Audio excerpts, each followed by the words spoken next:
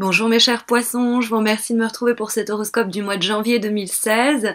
Les vidéos sont postées le 25 décembre, c'est donc l'occasion pour moi de vous souhaiter à tous et à toutes un très bon Noël et puis également une très bonne année 2016.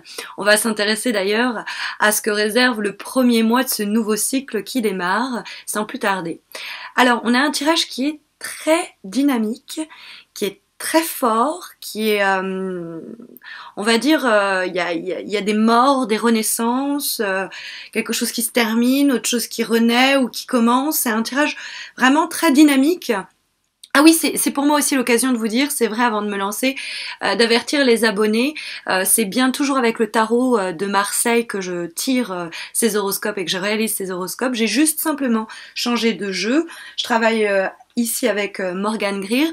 En fait, c'est tout simplement l'occasion pour moi de d'insuffler bien tout simplement un nouveau souffle. Hein, je me répète, redondance ici, mais l'idée qu'on commence une nouvelle année, on prend un nouveau jeu, de nouvelles cartes. Voilà, pour insuffler un peu de dynamisme à tout ça. Alors, donc on va s'intéresser dès à présent à la lecture de la première lame que nous avons tirée, qui nous parle des aspects positifs dans le cadre de ce mois. Alors, à la fois vos attitudes, vos comportements, hein, et la manière dont vous pouvez influencer positivement les choses pour vous ce mois-ci, mais aussi hein, le destin, la vie en elle-même et comment elle peut intervenir et influencer positivement le cours des choses. Alors la carte du monde, c'est la dernière lame du tarot de Marseille numérotée, c'est la 21e lame.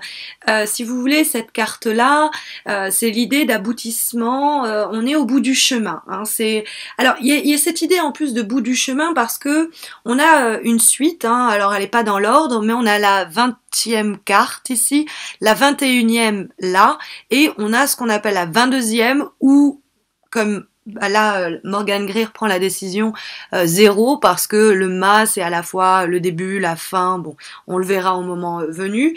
Mais on a comme ça des cartes qui se suivent et qui, par cette suite, annoncent quand même avec l'arcane sans nom dans les obstacles et les difficultés qu'il va falloir faire peau neuve. Il y a quelque chose, une situation, une relation, un projet qui va certainement prendre fin ou alors ça va être des événements qui vont être un petit peu douloureux mais il va falloir affronter tout ça parce que on arrive au bout du chemin, c'est les derniers efforts, il y a de la difficulté, mais on va certainement soit en récolter les lauriers, hein, littéralement, hein, comme vous pouvez le voir dans la carte du monde, soit pouvoir ainsi renaître. Hein, la carte du jugement et passer à autre chose parce qu'on a effectivement la carte de la mort si vous voulez et de la renaissance dans un même jeu, donc c'est pas si grave d'avoir la mort dans l'aspect négatif, on va y venir. Bon, la carte du monde de façon plus anecdotique, c'est le rapport avec les autres. Hein. Donc ça va être les réunions collectives, notamment aussi avec la carte du jugement. Vous voyez, il y a un instrument de musique, je vous la montrerai un peu plus en détail tout à l'heure, mais il y a un instrument de musique et il y a ces rassemblements collectifs pour des concerts ou même dans une boîte de nuit parce qu'il y a de la musique. Bon, bref, donc ça c'est favorisé, hein, les événements mondains, si on peut dire ça comme ça. Et puis sinon aussi de façon un peu plus anecdotique, c'est les voyages qui sont encouragés. Alors en face on a les obstacles, les difficultés dont je vous parlais il y a quelques instants et on a la carte de l'arcane sans nom, la mort. Ils y vont pas par le dos avec le dos de la cuillère dans le cadre de Morgane Greer, mais on l'appelle l'arcane sans nom usuellement. Et cette carte-là, bon bah elle parle d'elle-même avec ce squelette qui fauche. Et il y a cette idée justement d'avoir peut-être des difficultés à mettre fin à une situation qui est difficile, ou à mettre fin à un emploi qu'on n'aime pas, ou à une relation qui ne nous convient pas, qu'elle soit familiale, amicale, bref, l'idée de couper les liens, couper les ponts. Quand la carte est dans les obstacles, ça peut être la difficulté à faire le deuil de quelque chose, la difficulté de mettre fin à quelque chose, littéralement. Sinon, ça peut être des transformations qui sont plutôt subies que souhaitées et des situations un peu difficiles avec des échéances ou des événements qui pourraient vous décourager. Hein. Donc, faire attention à ça. Au-dessus, on a la carte de vibration. La carte de vibration, c'est la carte du fou, le mât, qui, comme comme vous voyez, porte le chiffre 0. Alors certains, voilà, placent cette carte en début de jeu, d'autres la placent à la fin du jeu, et puis d'autres, comme moi, et l'école, on va dire, par laquelle j'ai été éduquée, dans le cadre de la tarologie, considère que le mât, c'est justement à la fois la fin, mais aussi le début. C'est cette période de transition entre la fin d'un cycle, le commencement d'un autre, et aussi qui porte cette notion d'inconnu, forcément, parce qu'on ne sait pas sur quoi ça va déboucher, on ne sait pas dans quelle quête va se lancer le mât, et il y a cette partie un peu de folie, parce que d'imprévu, d'inattendu, qui forcément la caractérise.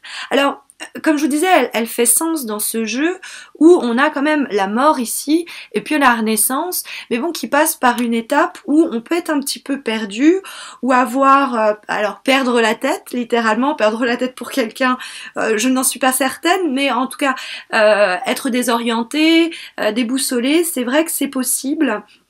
Après, ça peut nous parler, par exemple, d'un couple qui est un peu livré à lui-même parce que le mât, c'est quelqu'un qui est assez solitaire. Alors, c'est pas un célibataire, mais c'est quelqu'un qui va voir où c'est pas le mène sans chercher à...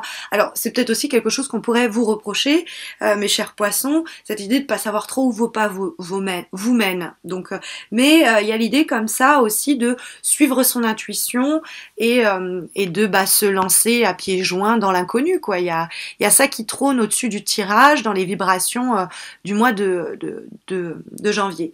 Et puis on a la carte qui fait office de tendance pour ce mois majeur, et on a la carte du jugement. Alors cette carte du jugement, elle fait écho à la carte de la mort, l'arcane sans nom, qu'on trouve dans les obstacles, et qui nous parlait de mort, qu'il va falloir absolument, si vous voulez, accepter, si on veut être en mesure de justement renaître.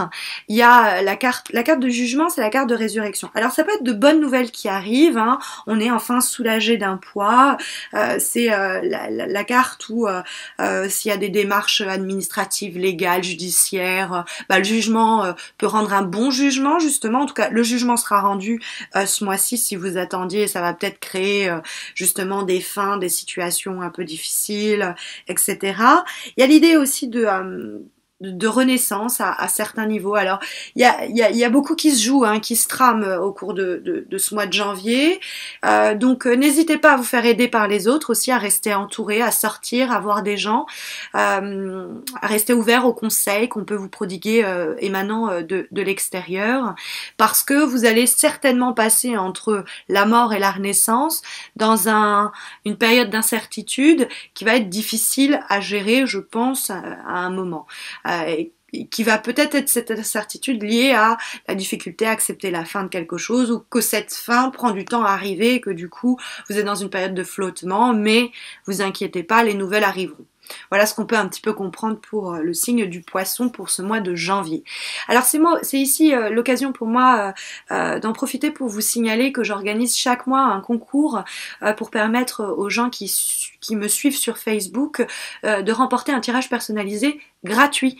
Donc n'hésitez pas à me suivre sur Facebook pour participer au concours, et puis n'hésitez pas aussi à me suivre, à vous abonner sur ma chaîne YouTube, de voir que vous êtes de plus en plus nombreux, vous êtes plus de 3000 à me suivre chaque mois. Ça m'encourage à formuler de nouvelles idées pour être encore plus présente sur YouTube, et pourquoi pas vous proposer de nouvelles choses pour cette année 2016 qui s'apprête à commencer, ou en fonction du moment où vous regardez cette vidéo, qui a peut-être déjà commencé.